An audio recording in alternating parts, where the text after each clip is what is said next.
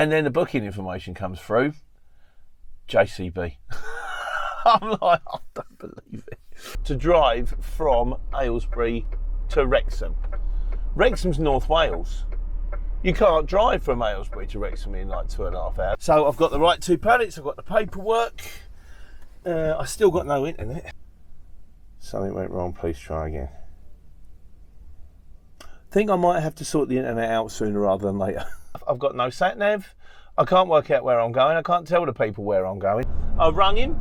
I said, I'd explained the situation, told him what I was doing. He said, what time you reckon you're going to be there? I said, look, I've done JCB Stoke before, but I've never done JCB Wrexham.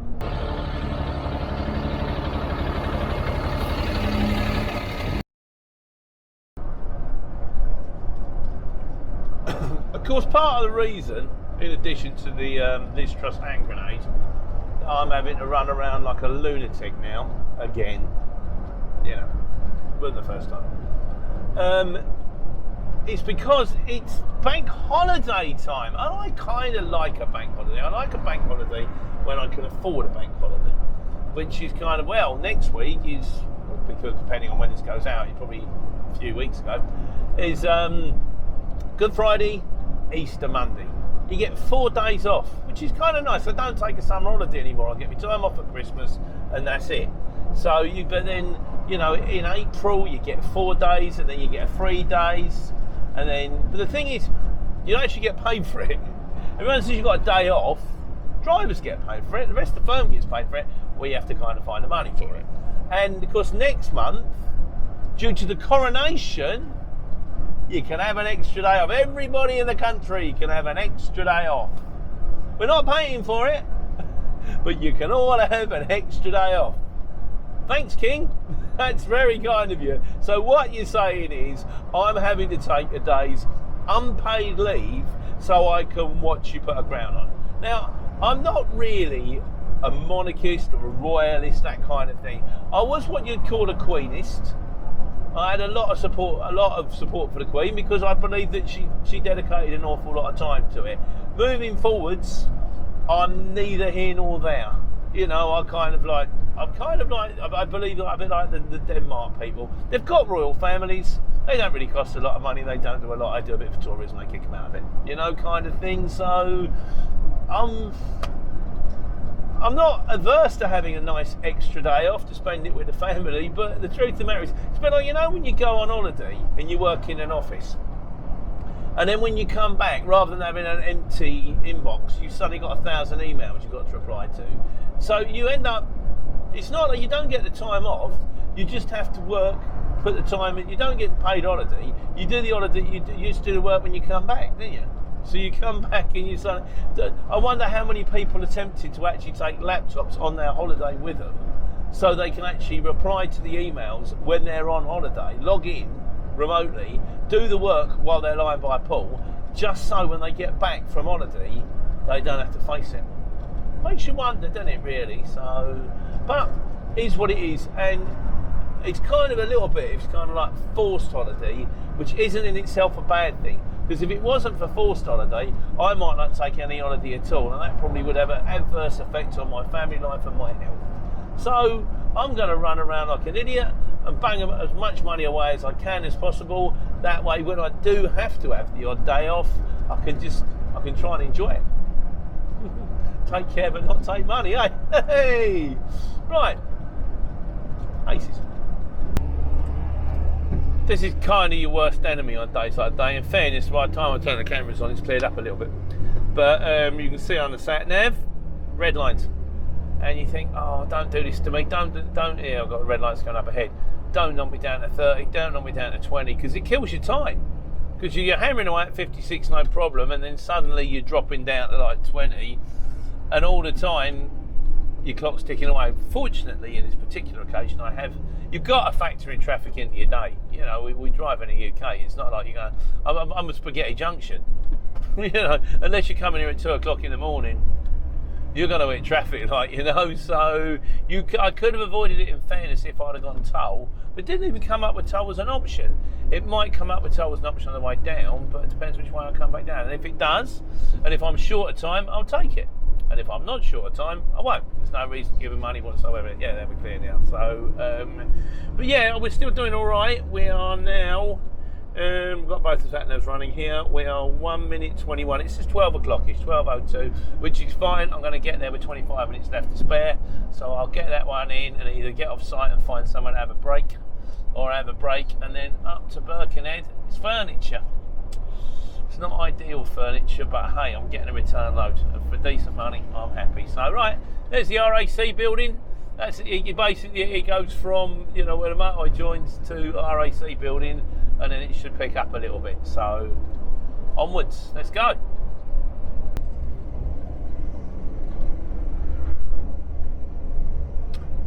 We're in Shropshire, a rural county full of some interesting nooks and crannies. It's pretty. This is one good thing. How many jobs do you actually? They pay you to tour the country. I get to look at beautiful countryside. I go to another country and back in a day. Albeit Wales. I mean, it ain't a million miles away. Like it's not like going to, I don't know, Mexico, Australia. It's not quite the same, like, you know, but easier, I'd say. And I just gone through a village. It did make me smile. It was called Cold. I don't know. It had two names. World's worst courier driver. Sat nav went dead now. Wouldn't have a clue where I am. Useless. And he had one of those signs. Please drive carefully. Why? What?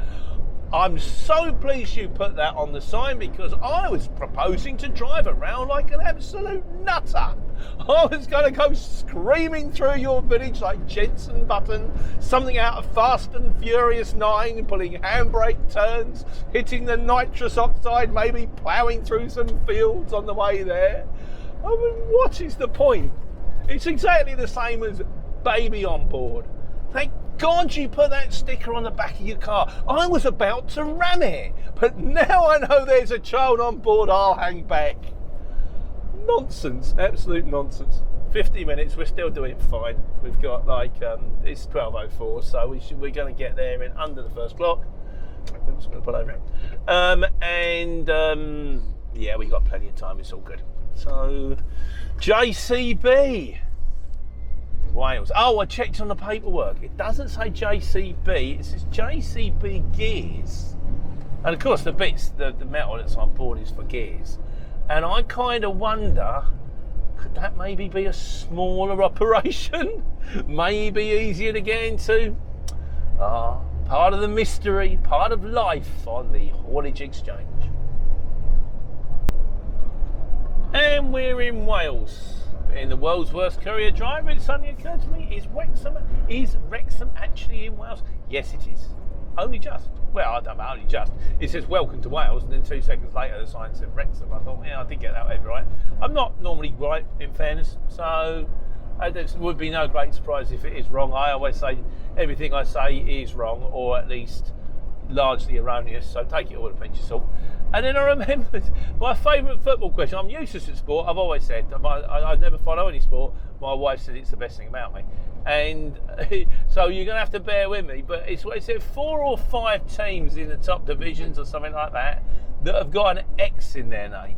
So you're going to have to bear with me, because I'm no good at football, like I said. But you get to choose. Let's say they were 5, and you would have Exeter, Wrexham, of course, we're in Wrexham, Halifax, Oxford, and Crewe. Alexander. I'm not sure which ones of those actually count, but you can tell your mates down the pub. It's a good little trick question to have. So that one, and who's the only surviving member of the Busby Babes who was still playing Premier League football at the turn of the millennium in 2000? And it's kind of again, it's a trick question, and the answer is John Lukage, who was, I think, goalkeeper for Leeds. So I'm probably getting all this wrong. At the time of the millennium, because one of the air hostesses on the aeroplane was pregnant with him at the time. It's a great question. Unfortunately, it's not true. There was an air hostess, and she was pregnant, and she gave birth to a guy called John Lukovic, something like Lukage, a year apart. So unfortunately, if you're using that one, You can't. It's a shame, because it's a really good question, if only it were true. Anyway, we are now, I haven't done my screen recording yet. Try and do it without, without turning off the Wi-Fi. We are now 18 minutes. 18 minutes is my target time. 30, don't ask me why. 38 and 18 minutes. We're 18 minutes away. We're going to get there at 12:09.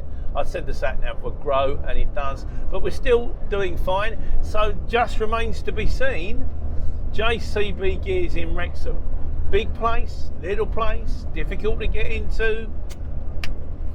That's the mystery. Been here before. Not, admittedly, not to JCB Gears, but I've been to this trading estate before. I've dropped off Makita from coming out of Milton Keynes to Tools, just about 2 miles away from here. So it's not super scary. Right, okay, that looks huge. There it is. There's JCB transmissions. And what we got? JCB transmissions with employee goods in. It would go to the roundabout. It looks like it's go to the roundabout. No deliveries HCVs down there, so we're down here. My God, there's another one. It's JCB, isn't it? They know how to make these things. So it's now a matter of when can we get in? Round the roundabouts. Do. Let the man in the Arctic go. Not that I had a choice, he was going anyway. And it's down here. They should have gone straight to the gate. That's the main thing. Well, that's not the main thing. The main thing is we're getting in. But, right, so we're going to go down JCB transmissions. Let him out. See what happens.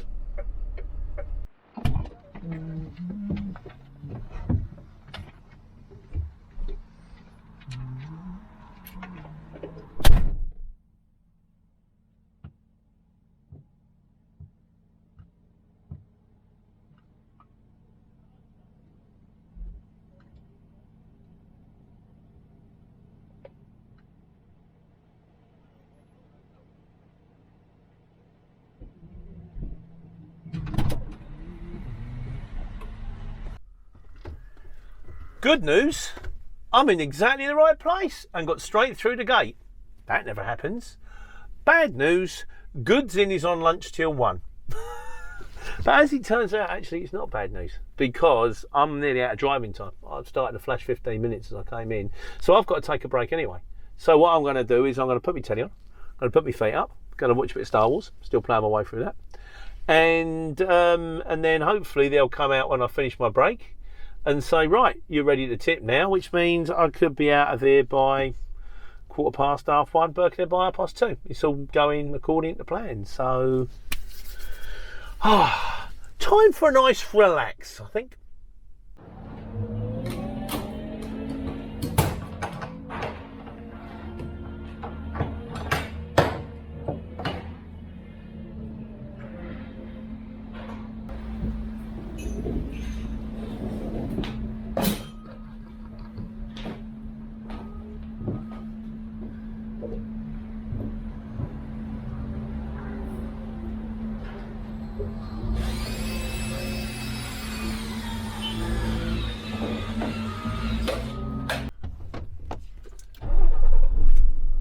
The man's just come across. He says, we have some movement. I've been here, oh God, about 3/4 of an hour. But bearing in mind that I got here when they were on break, you know, they're going on their lunch break. Had I've got here 3/4 of an hour earlier or an hour earlier, there's a chance that I would have got tipped. But he said, no, we have some movement. It's down, left, porter cabin, tipped and out, which is terrific. I put Maidenhead in on the sat nav, 55 minutes. That's super duper. So, and I've had my break now, so I've cleared on my driving time. So we're going to go down here, drop these. Oh, I also go down here, drop these 2 pallets off. Before I did my break, I've taken the straps off as well. So and undone the side. So we are all good to go. Down here. Where's the porter cabin then? Maybe I should have paid more attention when he was speaking. Where it says all drivers this way, I'm thinking. And there's a little yellow box there. Oh, it's not so little. So I imagine it's in here. Go and see these guys. Get it off and out. Cool. The fear of JCB just fades away.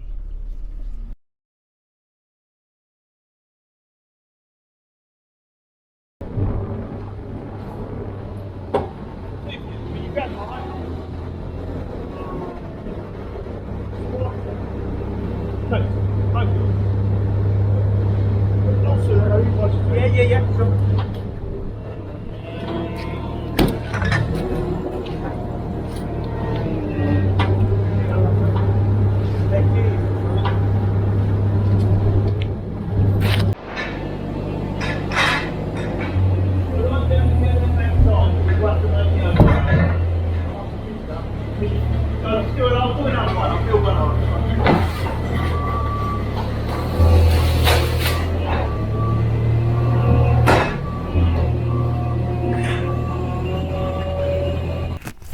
That's it all done. Literally pulled it into space. The guy wasn't mucking about. Came straight out. On my phone. There it is. Just had to. He said, "Yeah, I'm going to build up some paperwork," and then he went, "No, it's all right. There's some on the pallets." So I'm going to photograph up my PIDs now, upload them to the system, then on to the next one. Birkenhead, 55 minutes. But I'm not going to hang around because we're always on the hurry up, as you know, I'm sure. Oh, just for the record, I'm on the Facebook now. I'm on the Facebook, I'm on the Twitter, and we're a podcast. Sundays on a podcast. And if you like these kind of videos, if you go to the YouTube and just go playlists, they're the Life on the Road videos. They're the ones that are just about me trucking. They're not about the exchange and all the other bits and pieces. So that's me done. I won't bore you with the joys of furniture removal that I've got to go and face now. Yeah, time to turn off the video. Take care and take money.